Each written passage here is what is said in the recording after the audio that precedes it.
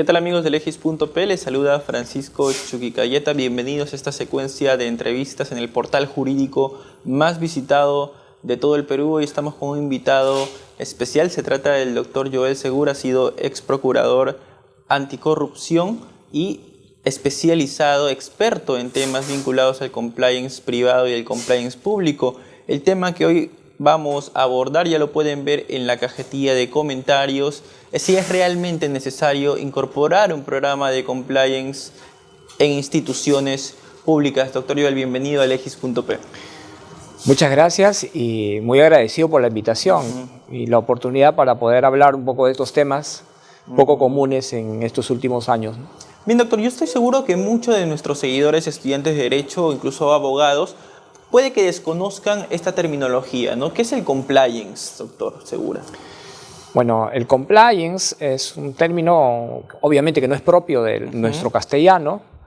En su traducción literaria, algunos lo llevan simplemente al cumplimiento de la ley y podría quedarse o agotarse el concepto de esta palabra en ese alcance, diríamos, significativo, gramatical. Pero el compliance, en verdad, es una cosa mucho más compleja del significado gramatical o el tipo de anglicismo que se haya podido dar a este término. El compliance evoca, en verdad, una nueva cultura, es un nuevo paradigma, diría yo, dentro de lo que no solo el sistema punitivo, en verdad, ¿no? Tiene especial interés en la actualidad en vista de que en el Perú, hace estos últimos años, se han aprobado una ley, la ley 3424, claro, que es la ley de la responsabilidad penal de la persona jurídica. Entonces, esta ley, en su artículo 17, habla de los modelos de prevención o habla de los estándares internacionales.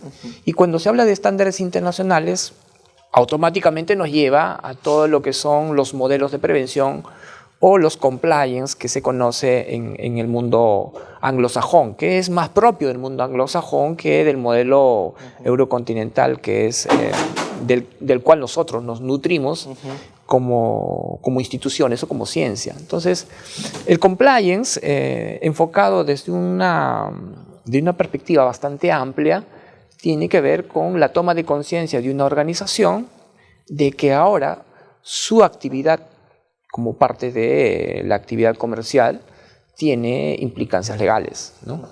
Entonces, pero también para muchos simplemente puede considerarse como un escudo, como un elemento de protección ante eventos o consecuencias penales, pero yo creo, una recomendación sería no tomar un compliance desde la perspectiva del escudo, sino tomar al compliance como lo que hacen los gobiernos corporativos o los empresarios que buscan, por ejemplo, tomar la bandera como de la protección del medio ambiente, otros elementos que enfoca o que es propicio para los gobiernos corporativos, el buen gobierno corporativo. Entonces, estas dos cosas que parecen totalmente distantes y que no podrían juntarse, en verdad tienen mucha relación.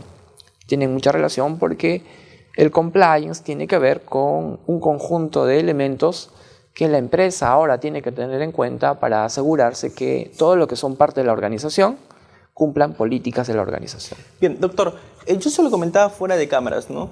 El término compliance es un término relativamente nuevo en la comunidad jurídica peruana. Sí. Pero antes de que se comenzara a hablar de compliance, ¿cómo se hacía para entender el término de prevención, ¿no? ¿Cómo se comprendía la prevención cuando no se utilizaba la palabra compliance dentro de la comunidad jurídica peruana? Sí, eso es algo interesante y creo clave en todo esto, porque la prevención lo hemos asociado a la sanción.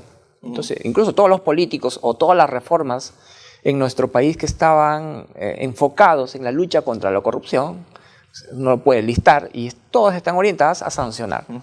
A sancionar desde el ámbito administrativo, ético, hasta el ámbito penal. ¿Sí? La inhabilitación absoluta de los funcionarios públicos que cometen delito, las empresas que ya no pueden contratar en definitivo con el Estado cuando cometen delito de corrupción, está enfocado en que la sanción es prevención. Como te comentaba también, que es un enfoque creo que absolutamente equivocado, ¿no? Sancionar no es prevenir. Eso nos debe quedar claro a todos. Y cuando se habla de políticas de lucha contra la corrupción y el enfoque de prevención, no es hablar de sanción, sino es hablar de reestructurar una organización en base a procesos, en base a controles, en base a políticas claras, en base a roles definidos, en base a códigos de ética, a códigos de conducta. Entonces, tener en una organización definida claramente cuáles son los roles, cuáles son los objetivos de cada actividad en una organización, forma parte del compliance. Bien, si el compliance no solamente se restringe a una responsabilidad por el cumplimiento de la norma, de la ley, eso demanda del responsable del área de compliance tal vez un perfil más visionario y más proactivo para no solamente limitarse a lo que señala la norma. Exacto. Ahora la ley 3424, hablando de las empresas privadas, incluso las empresas estatales, algunas, tienen que responder por conductas de sus representantes o de quien actúa en representación de la empresa, ¿sí? Si un colaborador de una empresa, es un chofer de la empresa, por ejemplo, termina pagando una coima a un policía, podríamos estar en un probable evento de un delito de corrupción por el pago de soborno del chofer al policía. La empresa, un trabajador de la empresa, en la actividad de la empresa está cometiendo un delito de soborno a un funcionario público. ¿Puede responder la empresa? Es necesario que nosotros comprendamos que la empresa tiene que tomar en cuenta y responder por la actividad de sus colaboradores cuando desarrollan las funciones o las operaciones de la organización. Entonces, por eso que la empresa ahora tiene que preocuparse en capacitar, en tener políticas claras respecto de los sobornos o de las ilicitudes, o afirmar los valores que una organización tiene que tener de manera más clara que antes ahora, porque hay una suerte de responsabilidad penal, y eso toma un tiempo. O sea, generar una cultura en una organización no es fácil, es todo un proceso. Y el oficial de cumplimiento tiene como rol fundamental no de responder si esto funciona o no, sino de verificar, de supervisar, de ser la persona que va a hacer el soporte, porque finalmente todos los órganos operativos de la organización, cuando tienen algún dilema o tienen algún problema, por ejemplo, si contratas o no con esta persona que puede tener un tipo de antecedente y puede complicar la imagen de la institución, quien recomienda estas cosas podría ser el oficial de cumplimiento.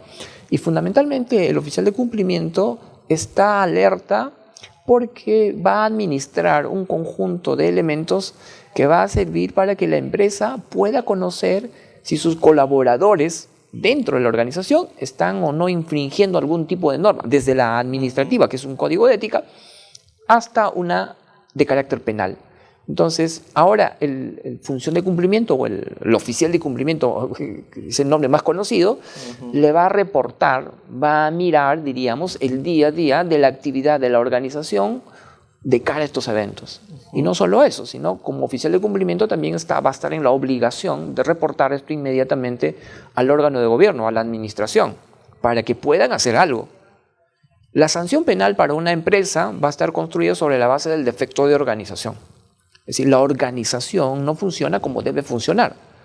Este término nos lleva a afirmar que la organización, para funcionar como debe funcionar, tiene que tener un conjunto regulatorio muy claro.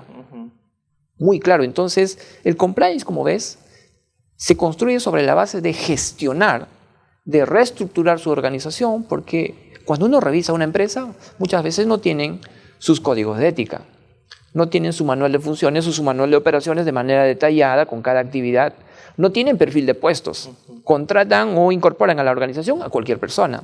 Esa persona puede implicar ahora un riesgo en la organización. Entonces ahora la organización tiene que pensar muy bien a quién incorpora a la empresa, y los que forman parte de la empresa tienen que ser conscientes de toda la política y todo el nuevo diseño de la actividad que puede tener una organización de cara a su actividad. Entonces, como ves, eso no es sanción, es reestructurar tu empresa, es readecuar tu conducta a nuevos paradigmas. Sí, sobre todo porque cuando se habla de compliance, a muchos abogados lo primero que se le viene a la cabeza es el criminal compliance, ¿no? Cuando claro. ya se sabe que esto solamente es una parte de todo el abanico de posibilidades que tiene una empresa para poder incorporar un sistema de cumplimiento, ¿no? Pero ha dicho usted algo interesante en su elocución. Ha señalado que el colaborador o la persona, el trabajador de una empresa tiene que ser consciente de su responsabilidad con la misma, ¿no? Y eso se logra a partir de talleres, se logra a partir de un sistema progresivo para poder hacer que este trabajador forme parte de una consensuada cultura organizacional. Y cuando se habla de cultura organizacional, doctor, yo me quiero detener aquí porque lograr cultura organizacional en una empresa privada o pública es un proceso. Es un proceso y yo complejo. creo que es bastante complicado, más aún en una institución pública, diría yo. ¿Usted lo ve así también? No, desde luego que sí. Y no solo eso. El Estado peruano hasta ahora está incumpliendo con cumplir, diríamos, su compliance. El sistema de control interno, ¿sí?, que es un nombre que en verdad nos desvía la atención, ¿sí?, el sistema de control interno, que es un sistema que toda entidad pública del Estado tiene la obligación de tener. Vamos, en el Estado, obviamente, como entidad pública no va a poder responder penalmente por sus acciones, ¿sí? Claro. El funcionario público que comete un delito de corrupción responde el funcionario público de manera personal. Sí. No responde la organización. Si en un ministerio el ministro comete un delito de corrupción, responde el ministro y no está el ministerio en cuestión, ¿sí? En cambio, una empresa privada sí. Una empresa privada responde a la organización y se hace responsable de la actividad de su representante y de todos sus operadores. Pero en el Estado peruano, bueno, hay una frase también que el profesor Adán Nieto ha incorporado para distinguir el compliance privado del público, y le dice public compliance o compliance público. El compliance público tiene que ver con el cumplimiento también de las normas que el Estado estatuye en toda la organización del Estado, ¿sí? Ahora diríamos, el Estado tiene políticas, por ejemplo, de gestión de proceso, tiene políticas de integridad, tiene políticas de lucha contra la corrupción. Y para poder incorporar estas políticas dentro de la gestión de las actividades públicas, de los funcionarios públicos de distintas entidades, ¿sí?, tiene que implementarse el sistema de control interno. Hay una ley que regula el sistema de control interno. Y no solo eso, al 30 de septiembre, ahora ya en este mes, concluye el plazo que le ha dado la Contraloría a través de una directiva, la 006 de 2019 de la Contraloría General de la República, donde todas las entidades públicas, todas las del Estado, tienen que tener incorporados, por ejemplo, o como mínimo, un entorno de cultura. O sea, la evaluación y el diagnóstico de su entorno de cultura. Eso quiere decir que en las entidades tenemos que evaluar si la entidad, mira una UGEL, mira un ministerio, o sea, mira cualquier tipo de entidad, tiene que tener como mínimo sus reglamentos ordenados, sus códigos de ética alineados, ¿sí?, sus procedimientos de denuncia de manera clara, porque hay una ley también, la 1327, que regula el canal de denuncia en el Estado. Tiene que tener los compromisos que los funcionarios públicos tienen que firmar cuando ingresan al Estado. Ahora incluso hay una declaración de intereses que el funcionario público, sin distinción de niveles, tiene que cruzar para que en el Estado se identifiquen los conflictos de intereses. Esta última semana salió un caso de la Contraloría donde algunos congresistas tenían familiares contratados en otras oficinas. Justamente el sistema de control interno lo que evita es que cuando el área de recursos humanos quiere incorporar, como cualquier empresa, trabajadores a la organización, es decir, quiero contratar trabajadores para el Congreso, tengo que verificar que ninguno de estos trabajadores entre en conflicto de intereses porque está de por medio la imagen de la institución, la legitimidad de la institución. El sistema de control interno es la primera línea de defensa de la organización. Cuando hablamos de prevención de corrupción, no es que se vayan a la cárcel o que sean las sanciones más duras. Cuando hablamos de prevención en el Estado, lo que tenemos que tener en cuenta es que las entidades tienen que tener implementado como mínimo su sistema de control interno. Hay un modelo, el famoso modelo COSO, que se aplica en el Estado. Entonces, la pregunta sería, hasta el 30 de septiembre, ¿cuántas entidades van a cumplir con implementar su sistema de control interno? Después de eso, tienen hasta el 30 de noviembre de escoger un procedimiento de los más importantes en la entidad, claro, de los más importantes, es decir, lo que se llaman los procesos misionales, los procesos CORT, por ejemplo, no sé, el Ministerio de Educación, que especifica la política de educación, y eso significa todo un proceso. Ese proceso tiene que tener un mapeo, es decir, la identificación de riesgos que puede evitar cualquier tipo de contingencia para que un ministerio no cumpla con su misión, con su función. Claro. El Ministerio del Interior tiene que garantizar la seguridad. Hay un procedimiento que se sigue en el ministerio para que cumpla esa función de cara a la sociedad. Si no funciona este mecanismo, es que existen riesgos que están evitando que un ministerio, una entidad, no cumpla con su función. Ahora, estos riesgos pueden ser de carácter de corrupción, pueden ser financieros, que no te dan la plata, pueden ser de carácter operacional, puedes tener personas altamente incompetentes cuando desarrollan sus actividades. Entonces, como ves, el Estado tiene su modelo. Simplemente la pregunta es, ¿por qué no lo hace? Esa ley está desde el 2008. Claro, ¿y a qué se puede deber eso, doctor? Desconocimiento. Ese concepto de sistema de control interno ha sido totalmente alejado del concepto de prevención. A la prevención lo hemos asociado con el concepto de sanción. Claro, ¿no? Justamente eso le preguntaba, porque uno percibe el órgano de control interno de cualquier institución como un órgano que sanciona infracciones. Sí, pero eso es otra cosa. El órgano de control interno tiene una función totalmente distinta. El sistema de prevención, cuando se habla de la primera línea de defensa de una organización, es decir, por ejemplo, que te contraten a ti como cajero de una entidad, claro. ¿correcto? La gestión del riesgo, es decir, la evitación de que haya corrupción, una mala administración de ese dinero, no es de control interno. Él es el auditor que viene a auditar lo que has hecho. O sea, el sistema de prevención es un mecanismo que establece controles cuando se identifica riesgos. Claro. Eso significa que tú, en la entidad, tú tienes que tener controles. Tienes que dar cuenta, tienes que hacer reportes, tienes que pasar pruebas de integridad, tienes que pasar evaluaciones de ética, o sea, tienes que tener un conjunto de elementos que garanticen que tú cumplas tu función de manera eficiente. Claro, porque se entiende que no solamente una auditoría va a poder prevenir un posible riesgo, un potencial riesgo. Ese es el segundo nivel de, ese es el segundo nivel de protección. O sea, el primer nivel de defensa, o la primera línea de defensa de una institución, es todo lo que realizan la actividad, los que son parte de la actividad y los que son inmersos dentro de los riesgos de la actividad. El segundo nivel está control interno o tu jefe. El tercer nivel es la Contraloría. Entonces, hemos entendido todo este sistema de la prevención de manera absolutamente equivocada. Hay un desconocimiento, yo diría, absoluto que en el Estado, que es muy ajeno a que en todo el tema de la gestión hemos estado descuidando de manera bastante preocupante. Doctor, las instituciones públicas en materia de compliance deberían aprender del desarrollo que ha tenido el compliance en empresas privadas, porque, bueno, es una percepción bastante particular, ¿no? Tal vez en empresas privadas el campo de acción del compliance sea se haya desarrollado muchísimo más por los propios recursos con los que cuenta una empresa privada, y tal vez haya preguntas que se planteen dentro de una empresa privada si destinarle, por ejemplo, un departamento particular, con un presupuesto particular a un departamento de compliance, ¿no? Esa pregunta fácilmente podría ser trasladada a una mesa directiva en alguna empresa pública para sugerir tal vez si es que es pertinente destinar presupuesto independiente para un departamento de compliance. Claro. Hacer cultura cuesta, diríamos. Y le va a costar al privado y le cuesta al Estado. Pero miren los presupuestos. ¿Cuánto de plata gastamos en capacitar a la gente? Pero es una capacitación que creo que hace agua porque no tiene un enfoque vinculado en garantizar la buena cultura en la organización. Hay plata. No es que no hay plata. Incluso hay una directiva ahora que permite tener las oficinas de integridad en el Estado. O sea, hay una estructura que en buena cuenta está tomando como modelo el privado, pero también eso es otra falacia, ¿eh?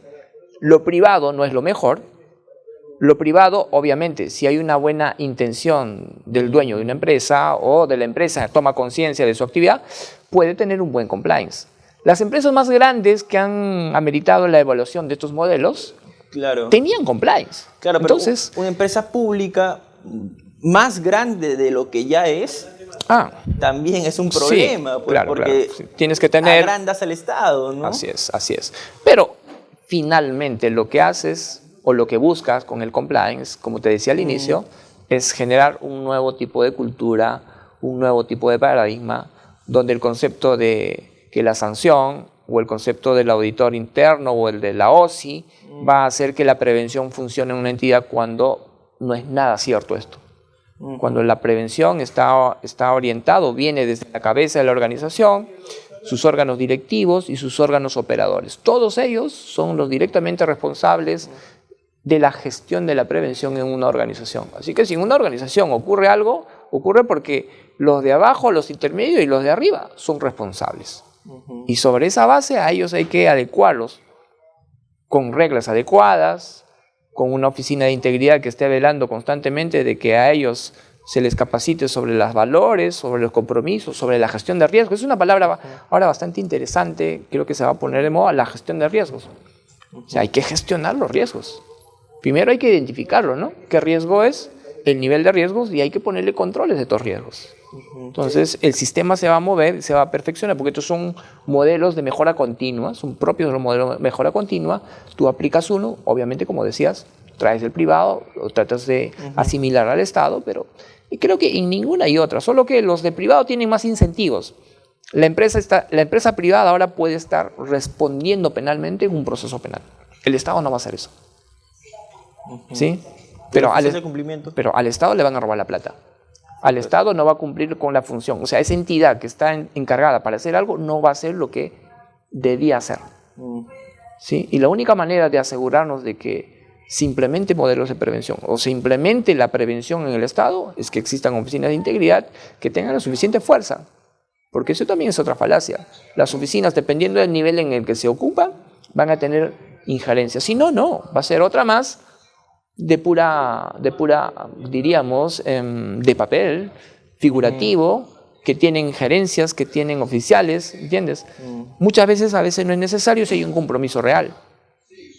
Pero cuando estás en una estructura, tienes que garantizar a la estructura que esté ubicada en determinado nivel de autoridad, ¿sí? Y que tenga la legitimidad para poder hacer lo que un compliance pide, ¿no? Que es tener una cultura en la organización, es identificar riesgos y hacer la gestión de riesgos. Dos cositas. Yo le comentaba también fuera de cámaras de que hace unos años visitaba una institución pública que había destinado un espacio dentro de su estructura para aperturar un departamento de responsabilidad social empresarial que algunos dicen que es prima hermana de compliance, ¿no? Es una cuestión semántica el tema del compliance, porque si es que el cumplimiento de normas, códigos de ética, de generar una cultura organizacional, que es una palabra también de la que le voy a formular luego una pregunta, si un equipo de responsabilidad social empresarial también hace lo mismo que podría hacer un departamento de compliance, ¿es una cuestión meramente semántica esto? ¿RCE con compliance? Yo creo que tienen distintas responsabilidades, pero buscan lo mismo. Buscan lo mismo. ¿Para cortar costos podrían estar en un mismo departamento? Yo creo que sí, pero eso depende de cómo quieras organizarte, ¿no? Eso depende también de la magnitud, como bien lo he señalado, depende de la cantidad o la magnitud de la empresa, de la necesidad de la empresa. Si la empresa, por ejemplo, tiene definido como estrategia ya poner un tema de responsabilidad social, le puede encargar un área que se aboque exclusivamente a eso. Y si tienes los recursos, pues nada te impide tener un área focalizada a esto, ¿sí? Porque también es cierto que consolidar varios tipos de actividades en una sola persona a veces no suele potenciarse, ¿no? Eso depende de la estrategia de la organización, hacia dónde quiere ir, qué es lo que quiere finalmente afirmar, ¿sí? Eso en verdad está alineado mucho a lo que es el compromiso de la alta dirección con lo que quiere la organización. En el Estado, miren, en el Estado, si no se implementa el sistema de control interno, ahora es responsabilidad de los gerentes generales. El responsable general, obviamente, es el representante de la institución, pero quien responde por qué no se ha implementado dentro de una organización es el gerente general, es el secretario general, es el que tiene mayor peso administrativo en la organización. O sea, la nueva directiva ya no tiene una generalidad tan grande como la que tenían las anteriores. Ahora te pone nombre y apellido quién debe responder, que en una entidad debe tener un sistema de control interno. Me gustaría que inviten a cualquier funcionario de ese nivel para preguntarle si tienen o no su sistema de control interno. Y la gran pregunta es acá, ¿por qué no lo tienen? ¿No saben? ¿No tienen recursos? ¿Es fácil? ¿Es difícil? Yo creo que ese es el gran encargo que nos toca en estos tiempos de compliance y en adelante a trabajar mucho, ¿sí? Yo creo que ese es el nuevo ámbito de la gestión porque PCM, por ejemplo, tiene ya normas técnicas vinculadas con gestión de procesos. Sí, tiene una norma técnica que especifica cómo hacer procesos en una organización. Y si tienes tus procesos perfectamente definidos, la identificación de riesgos en cada proceso va a ser mucho más fácil. Entonces, cuando uno entra a una entidad, le dices, ¿tienes tu mapa de procesos? No tiene. ¿Tienes tu código de ética? Tienen un código de ética general, no tienen uno específico para ellos. ¿Tienes tu mapa de riesgos? No tienen mapa de riesgos. ¿Alguien hace algún tipo de control? Nadie hace un tipo de control. Entonces, lo que nosotros tenemos en las entidades públicas es un desorden. Es un desorden absoluto. Es un desorden sistemático, ¿no? Sistemático. Sí. Y lo que te dice esta ley, por ley, ordénate. Te han puesto plazos y tienes que ordenarte. Si el sistema de si el compliance busca prevenir, ingresa a una institución pública con ese objetivo, ¿no ingresaría a un desorden que lo absorbería? Pero el reto, pues ahí estamos hablando de hay responsables de eso. O sea, si yo llego a la casa y sé que el papá tiene que responder por el orden, tengo que pedirle cuentas a esta persona. Alguien tiene que responder por ese desorden.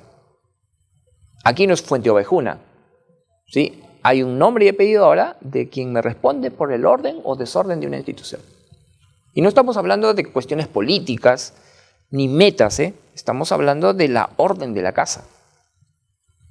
Los roles, los perfiles, cómo contrato, el uso adecuado. O sea, ese sistema hace la gestión de garantizar la actividad, el proceso propiamente dicho, la correcta administración de los fondos públicos que le dan, ¿sí? También corrupción, ¿sí? También la imagen, porque eso puede causar una reputación, un contrato mal hecho con una empresa que tiene antecedentes, me puede causar un perjuicio reputacional muy grande.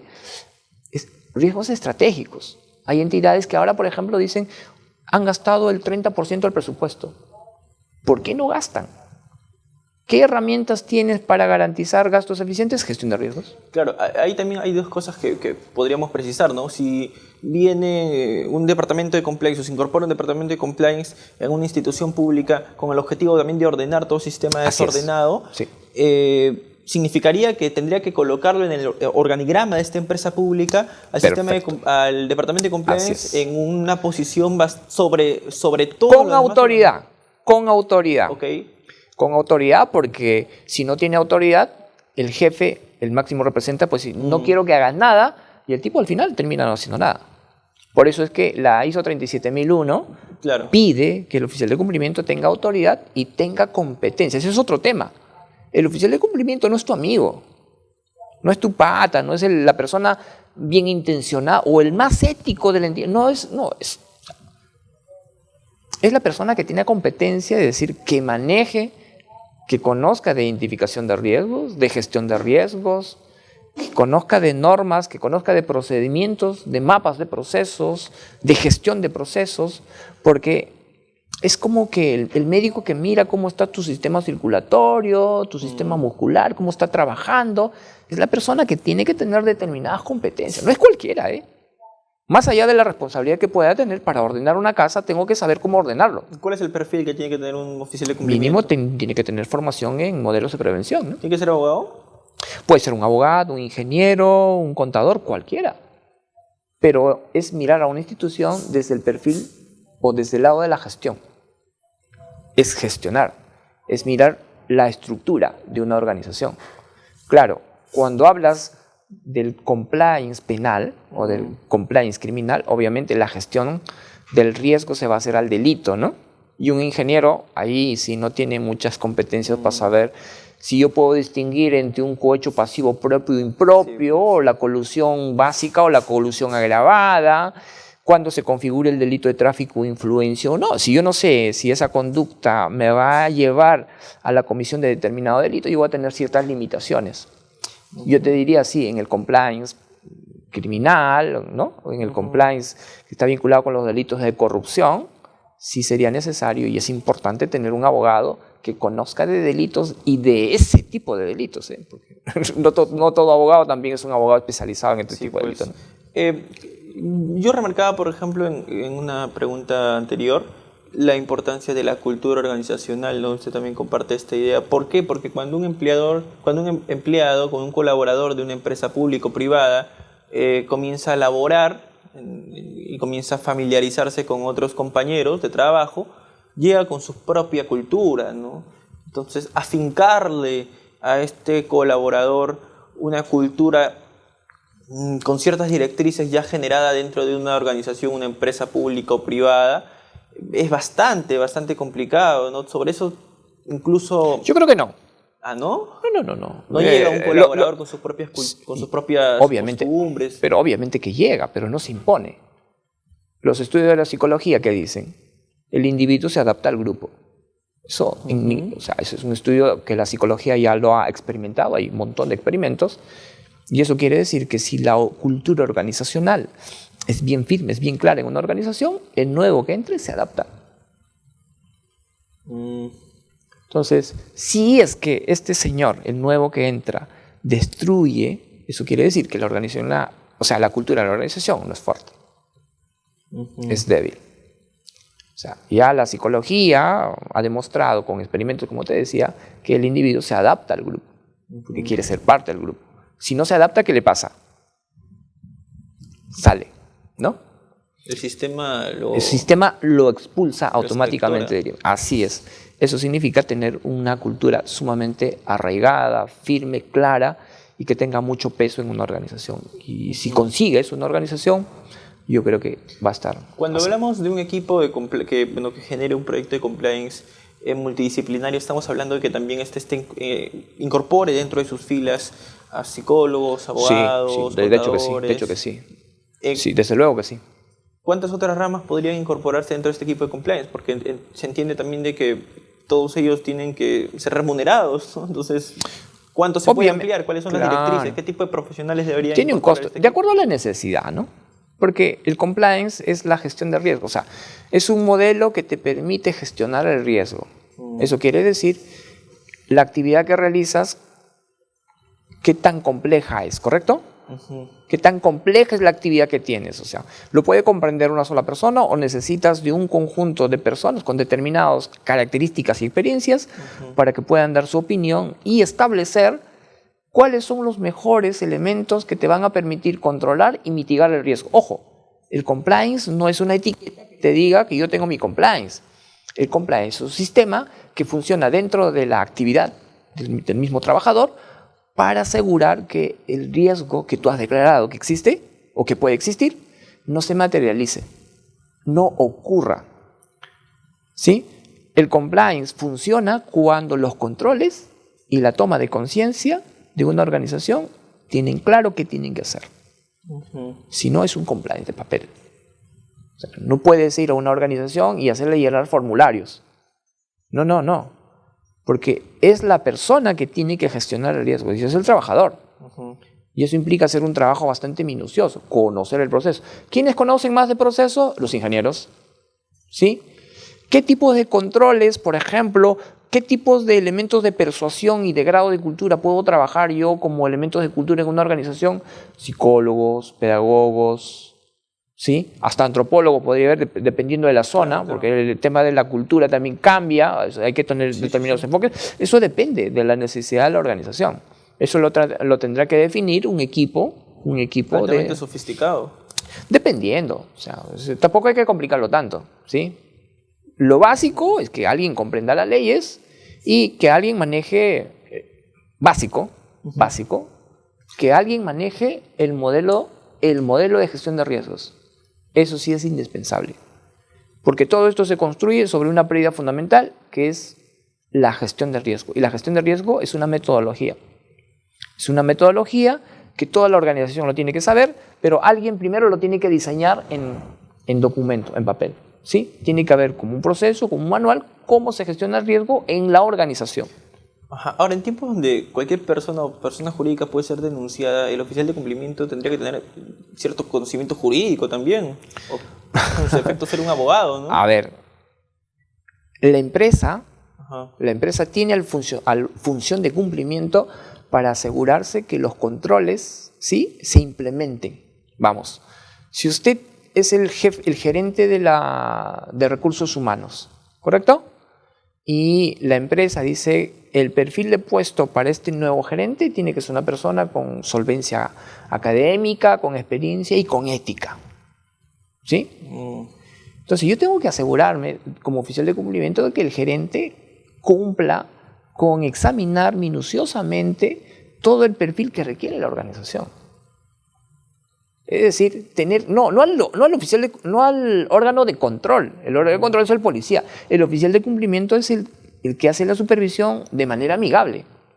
No hay que confundirle con el oficial de cumplimiento, con la oficina de control interno, que es una suerte de policía en la organización que va, persigue y inquiere qué es lo que estás haciendo, si estás haciendo bien o mal, ¿sí? Entonces el oficial de cumplimiento, desde esa medida, lo que va a hacer o lo que va a poder responder, por ejemplo, es cuando dentro de su actividad no haya advertido determinado riesgo a la organización.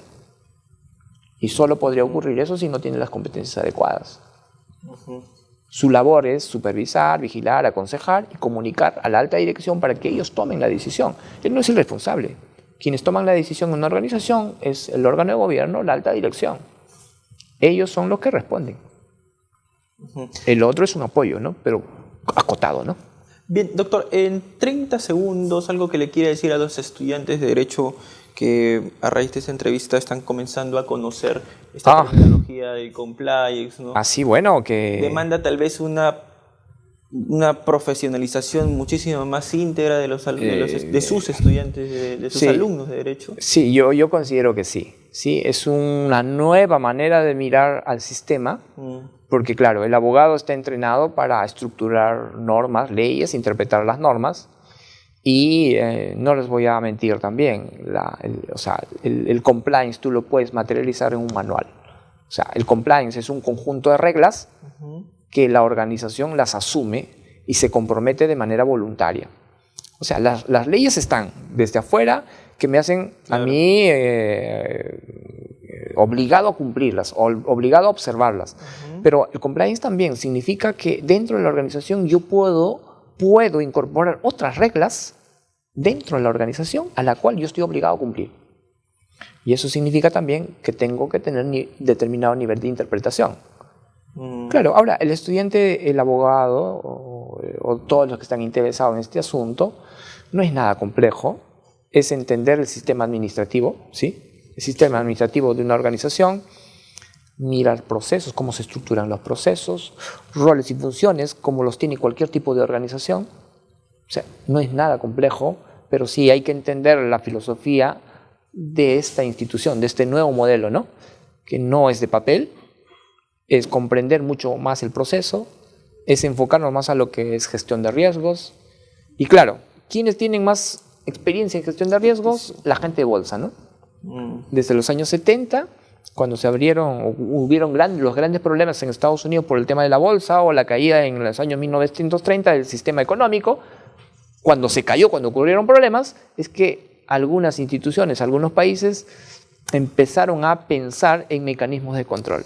Y estos se convirtieron al final en modelos de prevención. Claro, gestión de riesgos tangibles e intangibles, ¿no? Porque, todo. Por ejemplo, en Estados Unidos el daño reputacional, bueno, aquí también sí, en todo, sí. Es mortífero algunas veces, no se evita llegar a juicio. Sí, imagínate, ¿no? Entonces es tener más cuidado, es andar más organizadamente, ¿no? Bien, doctor Joel, muchas gracias por su participación en esta entrevista. A todos nuestros amigos de Legis.p les indicamos que en la parte derecha de sus monitores o de sus celulares van a encontrar una cajilla de comentarios en donde pueden consignar sus opiniones, que a lo largo de esta semana vamos a tener una serie de incentivos para todos aquellos que consignen comentarios en esa cajilla de esta transmisión en vivo. Ojo, y además tienen que compartirla también para que entren a los incentivos que vamos a estar informándoles a lo largo de esta semana. Hemos estado con el doctor Joel Segura, él es ex procurador anticorrupción, experto en compliance privado y en compliance público. El tema que hemos abordado ya ustedes lo deben estar leyendo en sus monitores, si es realmente necesario incorporar un programa de compliance en instituciones públicas. Se despide de ustedes Francisco Chuquicayata, permiso.